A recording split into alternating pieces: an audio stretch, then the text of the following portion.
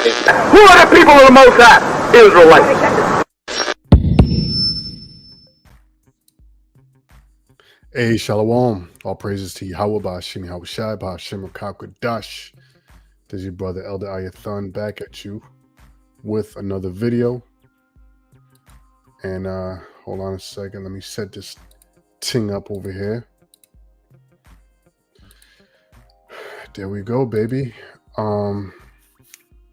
Yeah, brothers and sisters, Shalom again. I want to say double honors to the apostles at Great Millstone. Shalom to the elect out there. Hey, so in this lesson, I want to cover the financial collapse of America, not only America, Babylon, but the financial collapse of the world. Because this is what we're witnessing, unless you've been under a rock or you've been snoring or drooling. We're witnessing, for the first time, an economic collapse on a global level. Because as we've been bringing out lately, they're pursuing the Great Reset, which is the collapse of the current financial system. And I'm not even going to say the American dollar, but the collapse of the financial system as we know it today, to usher in the Great Reset, which is the transformation of the financial market into all currency, into digital currency on a computer. And then soon they're going to, after that, pave way or to usher in the MOTB, as we all know.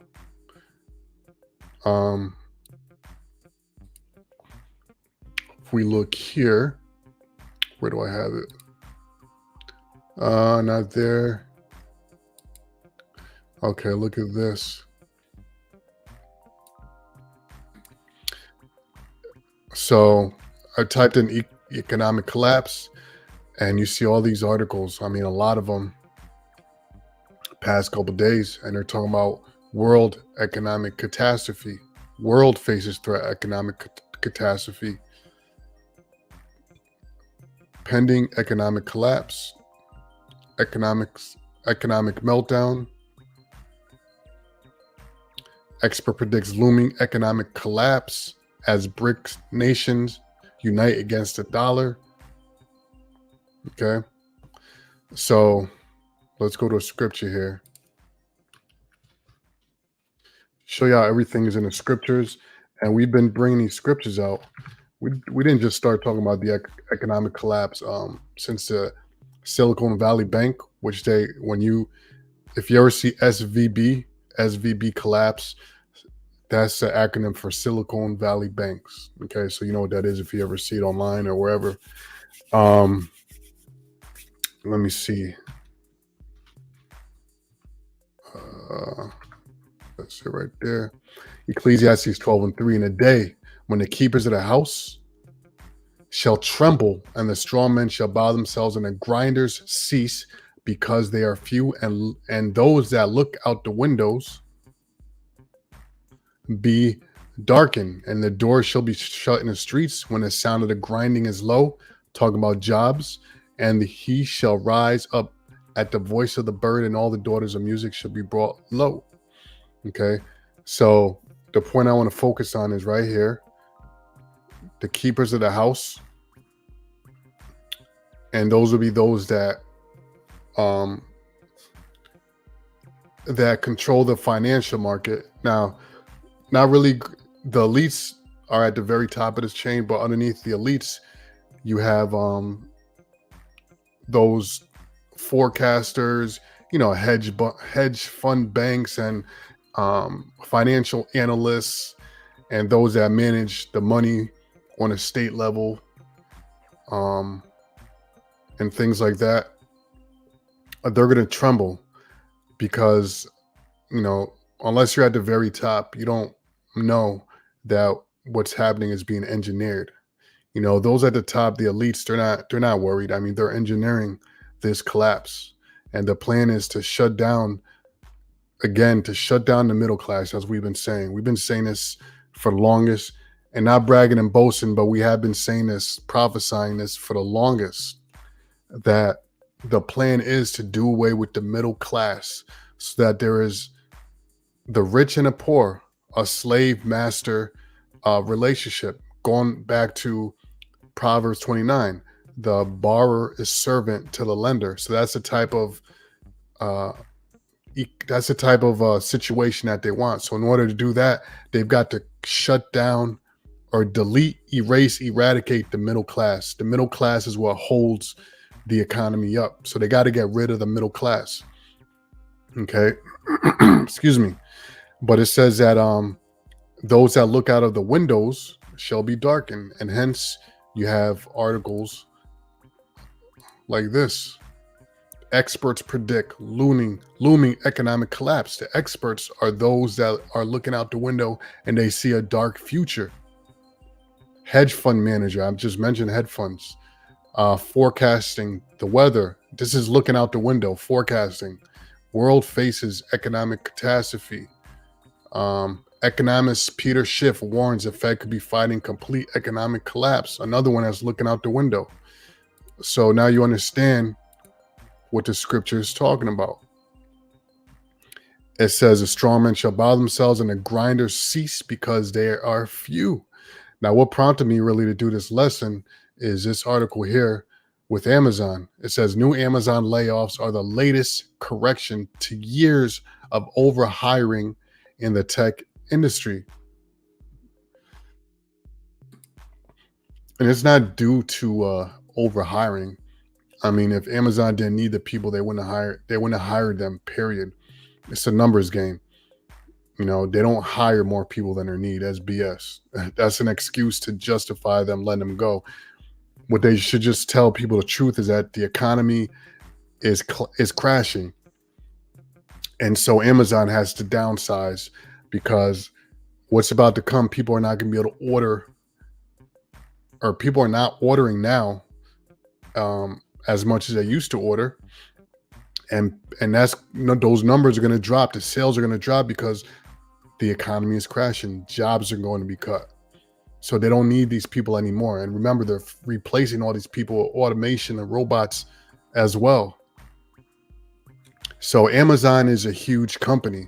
So if Amazon is laying people off, that is a clear sign of what's to come.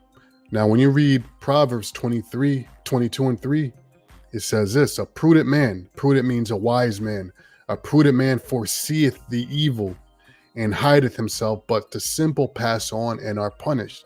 So the simple, the 2/3 and these regular Joe Schmoes, six-pack Charlies and all that, they're walking around in a zombie state of mind and they don't know what's going on. And they may see the headlines, but there's so many other things. Here, let's do an experiment. I do this all the time. There's so many other things going on in the world to distract them that, they hear this, it goes in one ear and out the other. They don't think anything of it because Babylon always bounces back. But this time it's not going to bounce back. Let me see. So let's see. Google search today. I love to do this experiment. Let's see what people's minds are on. Oh boy. Rupert Murdoch, Dairy Queen freak. All right, let me take a moment here, man. Hey, bro. All right. You see what the scripture is talking about when it says about being sober-minded? Because this is what we're focusing on. We're focused on the world economic collapse. Okay, on the prophecies. The rest of the world is focusing on Dairy Queen Free Cone Day. All right, let's read on because this shit is good. Rick Pitino, I'm not sure who that is.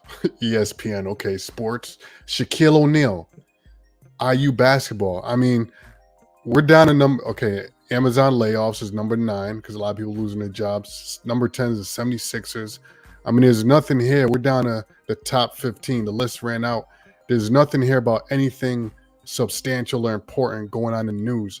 This is where the mind of the American people are at. Number one is Rupert Murdoch, and number two is Dairy Queen Free Cone Day. That's what the American people are concerned with. So again, Proverbs 22:3, a prudent man foreseeth the evil and hideth himself, but the simple pass on and are punished. So the simple are focusing on free ice cream from Dairy Queen while the economy is crashing. So the simple pass on and are punished. Let's keep going, man. So Amazon is laying off, going up to 30,000 jobs since November. Okay. What else do I have for that? Hold on. Isaiah 33. Nope. We'll read that later. Got Isaiah 14. Let's read Isaiah 14. Excuse me. Isaiah 14:11. This is concerning Babylon, its current system. It says, thy pomp is brought down to the grave. The pomp is what? The pride of their American people. Since the C-19 hit, their pomp has been brought down, because ever since that hit, there's nothing but death and misery. Death, people losing their jobs, people getting sick because people's immune systems are breaking down. They've been spraying chemtrails more than ever now. So it says, thy pomp is brought down to the grave, because that's where Babylon, America, is headed, to the grave, to hell. And the noise of thy viols, meaning the music and the partying, has come to a cease. The worm is spread under thee, and the worms cover thee. And the worm represents what? Corruption and corrosion, decay. If you look here in the blue letter for the worms, let me see. The worm, let's look the worm. Maggot, worm, as cause and sign of decay. So America is decaying. This economic collapse is like rust or decay. And America is also decaying morally. America is going out the same way that Rome went out. Moral decay, moral perversion, and financial troubles and debt. Okay. All right, so I'm gonna do away with that. What else we got? Oh yeah, so here's Silicon Valley. So let me show you Silicon Valley SVB. Bank failure could wipe out a whole generation of startups. So remember what I said earlier, that the primary objective of the financial crisis is to wipe out these startups. Startups are aka middle class. These type of companies that are giving people, these are the companies that give jobs. When there's a startup, guess what? More people get hired. Okay. So if you stop the startups, you're killing the middle class, essentially. And if you do some Googling around, startups include, of course, people from here in America, but a good number of the startups are foreign investors and foreign entrepreneurs from India, from Africa, Hamites, East Indians. It's a lot of them that starting up these tech startups, So let's read a couple of them that got affected, because some pretty big ones were affected. Let me see if this is the one. Okay, I've got one article here. Here we go. Companies affected. Roku, BlockFi, Circle. These are huge companies, man. I mean, they're not as huge as Amazon. They're not on Amazon level, but these are the companies that really solidify, that hold up the economy. Companies like this: Etsy, Roblox, Compass Coffee, BlockFi, Roku. Okay. And this was a big setup, because what they did is they wiped out brick and mortar stores, and now they're going after e-commerce stores. Okay, but us brothers and sisters, we don't have to worry. You know, us that believe in Yahweh Bashim Yahweh Shai and diligently that do his work, genuinely believe in Yahweh Bashim Yahweh Shai. Isaiah 33:15 says, "He that walketh righteously and speaketh uprighteously, he that despiseth the gain of oppressions." And this economic collapse is going to be a huge gain of oppression. The elites are going to get super rich off of this. They're going to get super rich off of this. Those companies that were destroyed by the SVB, well, they're receiving bailouts. They're receiving a payout for this collapse. They're insured. They're good. So these type of things get a lot of people rich. Okay, nobody loses out in this type of situation except for the poor. So he that despiseth the gain of oppressions, that shaketh his hands from holding of bribes, that stoppeth his ears from the hearing of blood, and shutteth his eyes from seeing evil, aka just those men that sigh and cry for the abominations that be done in the midst thereof.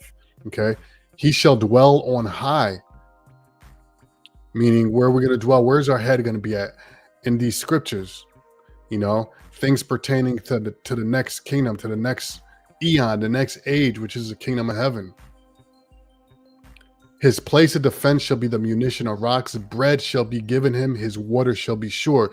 In other words, when the famines come and everything breaks down, our bread is going to be given to us by the Most High, and our waters shall be sure. So we're not going to thirst. We're not going to go hungry. Habakkuk chapter 3, verse 17 says, 17, although the fig tree shall not blossom. Now this is going to these jobs and to the economy when everything shuts down. Although the fig tree shall not blossom, neither shall fruit be in the vines. The labor of the olive shall fail, and the fields shall yield no meat. The flock shall be cut off from the fold, and there shall be no herd in the stalls. Now, this has pretty much all this happened within the past year after C19. Verse 18 says, "Yet I will rejoice in the Lord, Yahweh Bashim Yahweh Shai. I will joy in the power of my salvation." And with that, brothers and sisters, hey, I pray this was edifying. I'm going to say shalom. All praises to Yahweh, Bashim Yahweh Shai, Bashim Kakadash. Till the next time, shalom.